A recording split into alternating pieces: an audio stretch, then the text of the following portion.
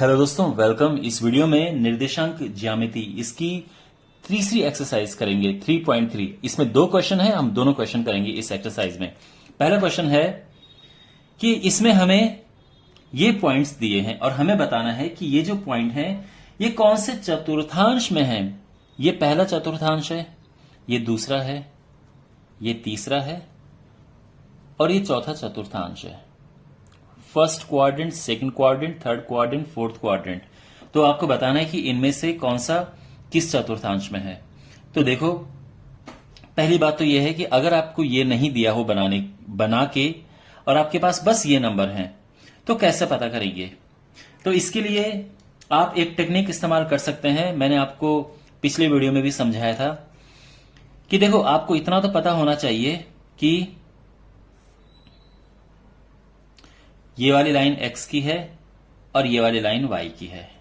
ठीक है, यहां पे पहला वाला x है, दूसरा वाला y है। ठीक है, यहां तक समझ आ गया। अब हमें देखना है, देखो x उल्टा है यानी इधर है, x नेगेटिव है ना यानी इधर है, पर y पॉजिटिव है यानी ऊपर है। तो इधर और ऊपर यानी वो यहां चला गया, यानी ये तीसरे क्वाड्रेंट में है। ये यहां पे सेकंड है, first, second, third and fourth. ठीक है, तो ये है सेकंड क्वाड्रेंट में, दूसरा चतुर्थांश।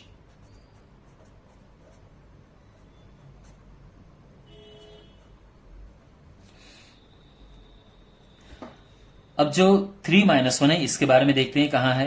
तो x तो पॉजिटिव है, तो x यानी इस तरफ है, इस तरफ है, पर y नेगेटिव है यानी इस तरफ। तो इधर और इधर ये यहां बन रहा है, यानी ये चौथा क्वाड्रेंट है, फोर्थ। ओके, चतुर्थांश। ठीक है, समझ गए। अब यहां पे आ जाओ, -1 0। देखो, जब भी आपको 0 मिलेगा, चाहे यहां मिलेगा चाहे यहां मिलेगा, तो चतुर्थांश में नहीं होगा, वो या तो x अक्ष पर होगा या y अक्ष पर होगा। और दूसरी बात, अगर यहां पे x 0 है तो वो y अक्ष होगा, पर y 0 है तो x अक्ष होगा। x अक्ष पे ध्यान रखना, y 0 यहां होता है और x 0 इस लाइन पे होता है पूरी। तो यहां पे है, यहां ये y 0 है, ठीक है ना। तो ये होगा हमारा, आप समझ रहे हो, y 0 का मतलब क्या है, x अक्ष। तो आप कहोगे कि ये x अक्ष है। तो जैसे आपने y 0 देखा, बोल देना x अक्ष, और अगर ये 0 होता तो y अक्ष। अब ये दोनों पॉजिटिव फर्स्ट क्वाड्रेंट में होते हैं, पहले चतुर्थांश में दोनों पॉजिटिव होते हैं। देखो, पहला पॉजिटिव है यानी इधर होगा, x पॉजिटिव है, और y भी पॉजिटिव है यानी ऊपर, इधर और ऊपर यानी इसमें। तो ये पहला चतुर्थांश है। अब बात करते हैं इसकी, दोनों माइनस हैं तो दोनों माइनस होते हैं तीसरे में, यानी x माइनस है तो वो इस तरफ होगा, y माइनस है तो इस तरफ होगा। तो इधर और इधर ये इसमें आता है, तो ये तीसरा चतुर्थांश है। ठीक है, अच्छा। अब हमें साथ में इनको लोकेट भी करना है, हमें इसमें इनको रखना भी है। तो सबसे पहले -2 4 इसको यहां पे रखते हैं। तो देखो, x -2 है तो ये है, y 4 है तो ये है, तो ये पॉइंट यहां पे आ रहा है, ठीक है ना, ये है, ये -2 4, तो ये हो गया, इसको a नाम दे देते हैं, -2 4। अब 3-1, तो ये जो है 3, देखो x 3 है यानी 3x ये है, y -1 है यानी y -1 यहां पे है। तो इसको मिला के क्या होगा, ये मिल गया, ठीक है ना। तो ये आ गया b, 3, -1। अब है -1, 0।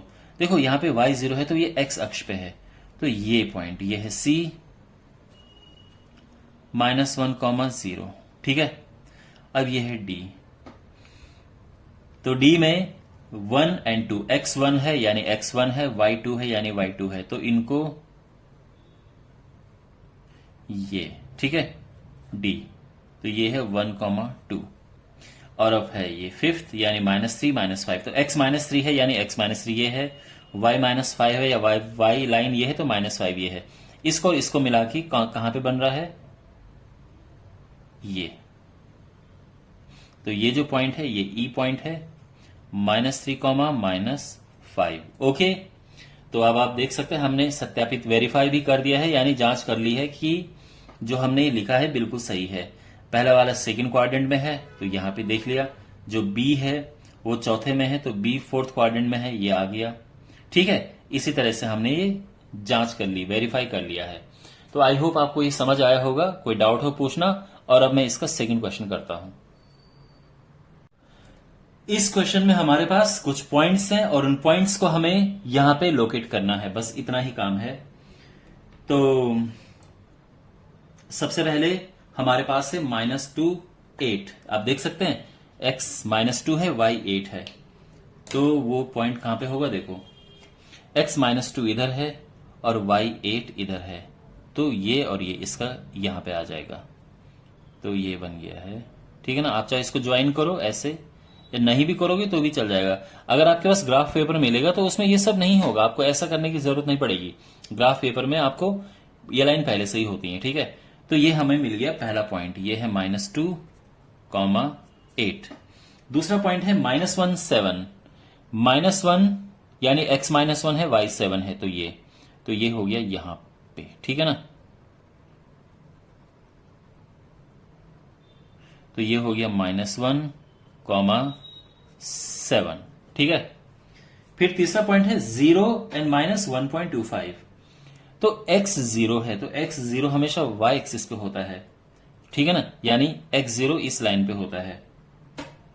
तो x तो 0 है, y -1.25 है, तो -1 ये है, -2 ये है, तो -1.25 समवेयर यहां पे होगा।